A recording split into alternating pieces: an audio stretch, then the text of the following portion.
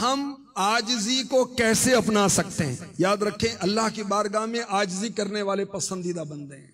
रसूल पाक की बारगाह में आजिज़ी करने वाले बंदे पसंदीदा हैं। इसको अफजल इबादत कहा गया। एक है तकब्बुर और एक है जिल्लत और एक है आजिज़ी।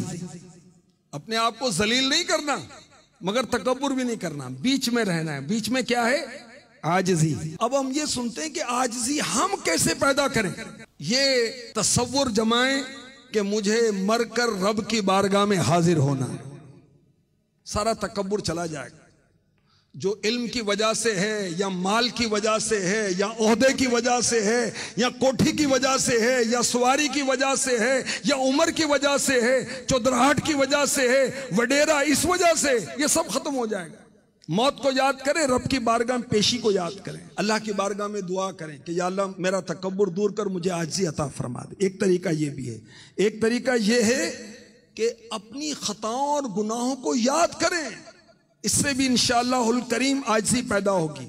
आजिज़ी पैदा करने का एक तरीका ये कि इसके नुकसानात पर गौर करें। आजिज़ी पैदा करने का एक तरीका ये है, गरीबों के साथ बैठे, मिस्कीनों के साथ बैठे, यतीमों के साथ बैठे, इंशाअल्लाह आजिज़ी पैदा हो जाएगी।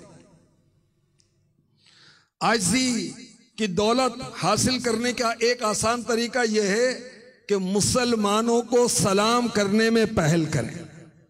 जो सलाम करने में पहल करेगा इंशाअल्लाहुल करीम वो तकब्बुर से बरी हो जाएगा। मेरे नबी की सुन्नत सलाम में पहल करना। और अल्हम्दुलिल्लाह अमीर अहले सुन्नत भी इस अदा को अदा करते हैं। एक मदनी इस्लामी पे कहते हैं, मैंने बड़ी कोशिश की कि अमीर अहले सुन्नत को सलाम में पहल करूं, मगर हर बार अमीर अहले सुन्नत ही पहले सलाम फरमा देते। फलदार दरख्त झुका होता है ना, फल हो तो हमें जरा झुकाव पैदा हो ना। एक और तरीका आजिज़ी पैदा करने का, अपना सामान खुद उठाया करें, घर का सामान, दीगर सामान, इससे भी आजिज़ी पैदा होती। सादा लिबास पहने, गरीबों की सोहबत में बैठे, इससे भी आजिज़ी पैदा होती है। अल्लाह की राह में जो सदका देता है, मेरे नबी ने फरमाया अल्लाह उसका तकब्बुर दूर कर देता है। ज़कात दें, कुर्बानी दें, घर में सदका बॉक्स रख लें, दुकान पे एहतियात बॉक्स रख लें, गरीबों को मिस्कीनों को दिया करें, मस्जिद में दिया करें, इंशाल्लाह तकब्बुर दूर हो जाएगा, आजिज़ी पैदा होगी। आजिज़ी पैदा करने का एक और तरीका, हक बात को मान लिया करें, चाहे वो मर्तबे में कम है, उम्र में कम है, अगर उसकी बात सच्ची तो मान ले, ठीक है। हक बात को ना मानना भी तकब्बुर है। तो जो बात सही है वो मान ले, चाहे वो तालिब इल्म ने कही, चाहे मुरीद ने कही, किसी ने कही। भाई अपनी गलती मानने की आदत बनाए। हम मासूम तो नहीं है ना, फरिश्ते तो नहीं है ना, इंसान है, खता हो जाती है। हो गई गलती, तू बाप है, हो गई गलती, औलाद से माफी मांग ले, क्या रज। आप शोहरे नामदार हैं, हो गई गलती, बीवी से माफी मांग ले, क्या रज। आप HOD साहब हैं, हो गई गलती, अपने मातहत से माफी मांग ले, क्या रज है। याद रखें, माफी मांगने से इज्जत कम नहीं होती, ज्यादा होती है। सदका देने से माल कम नहीं होता, ज्यादा होता है। नुमाया हैसियत के अगर तालिब ना बने तो यह भी आजिज़ी पैदा करने का तरीका है। घर के काम काज करें, यह भी आजिज़ी पैदा करने का तरीका है। मेरे नबी अपने कपड़े मुबारक खुद सी लिया करते थे।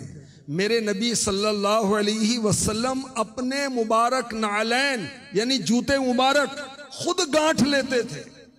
घर के काम काज करें, इससे भी इंशाअल्लाहुल करीम हमारी तबीयत में आजिज़ी आएगी।